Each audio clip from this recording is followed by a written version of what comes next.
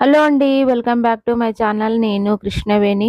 ఇది వచ్చేసి శనివారం నైటు అంటే 10:30 అయితా ఉంది. ఫుల్ వర్షం పడతా ఉంది. దగ్గర దగ్గర ఒక 5, 6 రోజుల నుంచి శానా వర్షం పడతా ఉంది. నవరాత్రులు స్టార్ట్ అయినప్పటి నుంచి. సాయంత్రం కాంగానే వర్షం, మళ్ళీ పొద్దున్న జల్లు, లేదు అని అంటే పొగమంచు ఉంటా ఉంది.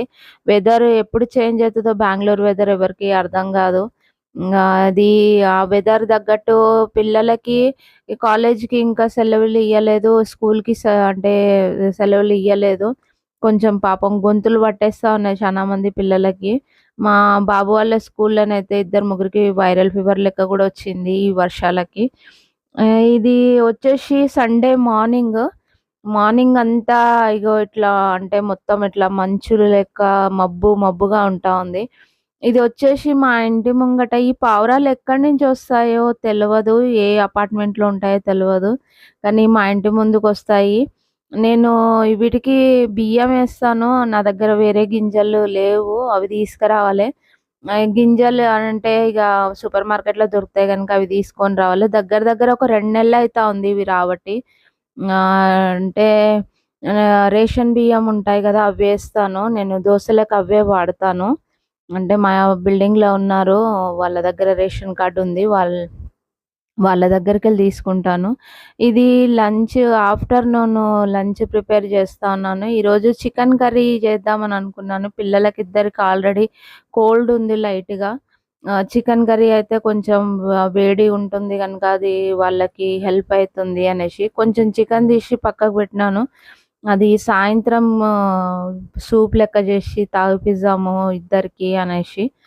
ఇది అంటే ఇగ సండే అంటే కొంచెం ఏదో స్పెషల్ చేద్దామని అనుకున్నాను గానీ, పిల్లలకిద్దరికీ కొంచెం లైట్‌గా కోల్డ్ ఉండడం వల్ల ఇగ ఏది చేయలే. Just bagara rice, chicken curry మాత్రం చేసినాను. ఇగ సాయంత్రం సూప్ చేస్తే ఇగ వాళ్ళు సూప్ తాగేస్తారు.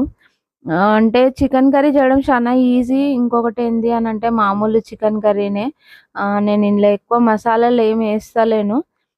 నార్మల్‌గా పెప్పర్ పౌడరు, గరం మసాలా మాత్రమే ఏసి చేస్తా ఉన్నాను ఈ చికెన్ కర్రీ. అంటే కోల్డ్ ఉంది గదా! దాన్ని ఇంకా పిల్లలకి తొందరగా తక్కువ కావాలనేసి.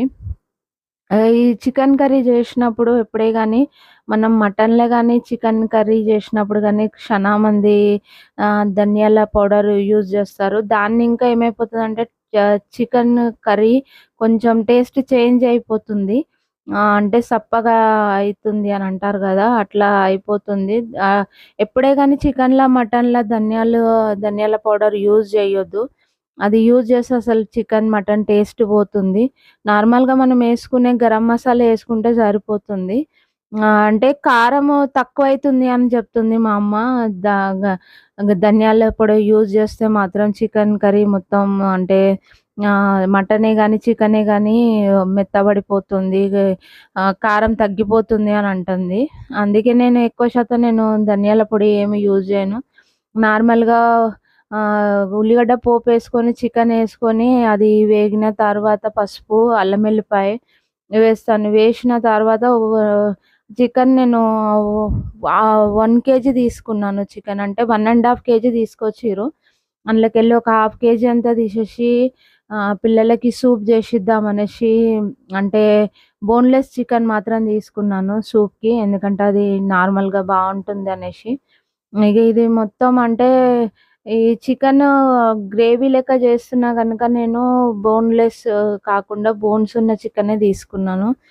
కర్రీకి అది బావుంటది. ఇగ అంటే పోపయిపోయింది.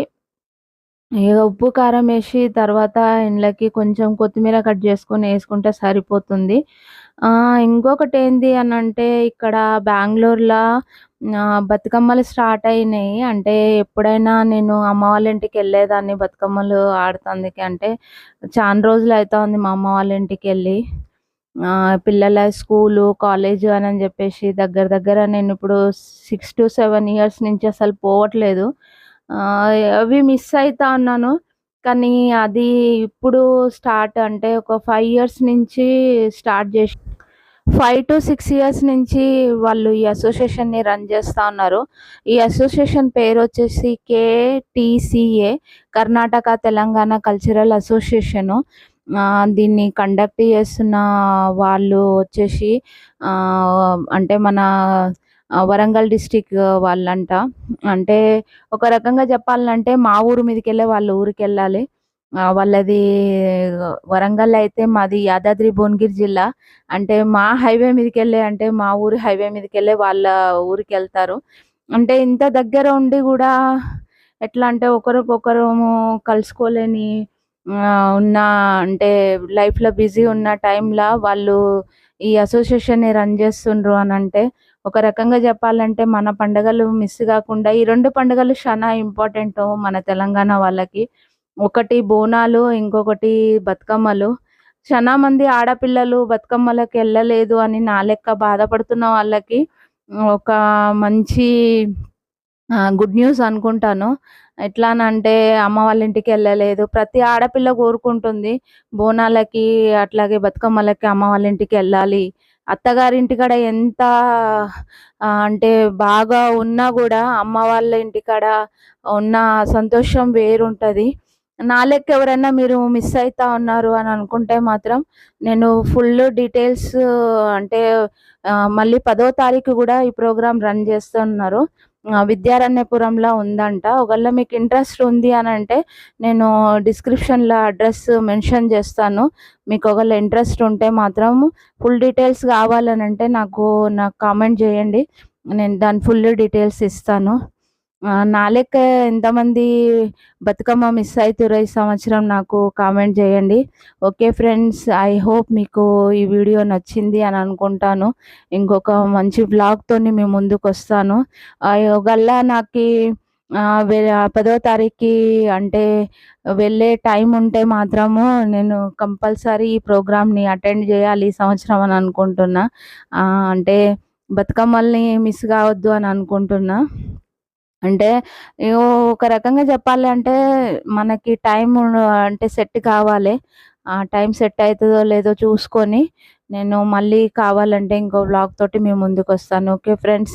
ఒకవేళ మీకు ఈ వీడియో నచ్చితే ఒక కామెంట్ చేయండి. అట్లాగే నా ఛానల్‌ని సబ్స్క్రైబ్ చేసుకోవడం మాత్రం మర్చిపోకండి. నెక్స్ట్ జరిగే ప్రోగ్రామ్ డీటెయిల్స్ ఒకవేళ మీకు కావాలని అనుకుంటే నాకు కామెంట్ చేయండి. నేను ఫుల్ డీటెయిల్స్ మీకు ఇస్తాను.